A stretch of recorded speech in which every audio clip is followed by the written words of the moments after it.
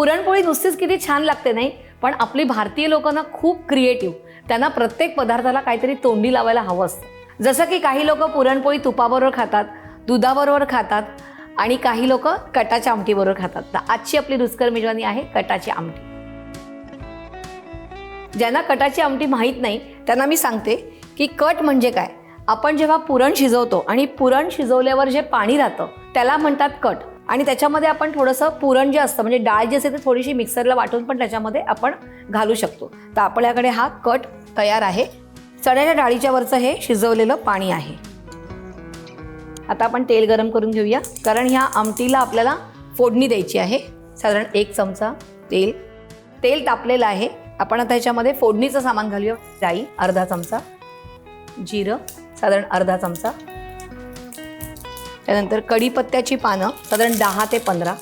आणि इथे आपण ही जी आमटी घेतलेली आहे कटाची, त्यात आपण थोडंसं हळद घालतोय साधारण अर्धा चमचा, आपला आवडीचा मिक्स मसाला 1 चमचा, गूळ साधारण 1 चमचा, कोथिंबीर आपण फोडणीला टाकतोय. आणि आपण ही जी आमटी केली ती थोडीशी पातळ असते, त्यामुळे आपण ह्याच्यामध्ये पाणी घालूया आणि हे व्यवस्थित हलवून घेऊया, मिक्स करूया सगळं. हे मिक्स केल्यावर आपण ह्यात भांड्यामध्ये घालूया. अजून थोडं पाणी घेऊया. त्यानंतर मीठ चवीप्रमाणे, 4 ते 5 कोकमं, थोडासा आंबटपणा याला. आणि आता आपण हे व्यवस्थित मिक्स करूया. ह्याला आपण छानपैकी उकळी येऊन द्यायची आहे, त्यासाठी आपण 5 मिनिटं वाट बघायची.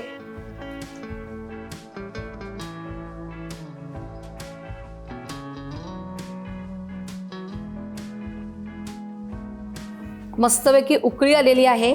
आपली कटाची आमटी तयार झालेली आहे. आता आपण गॅस बंद करूया. आता आपण ते मस्तपैकी एका बाउलमध्ये काढून घेऊया.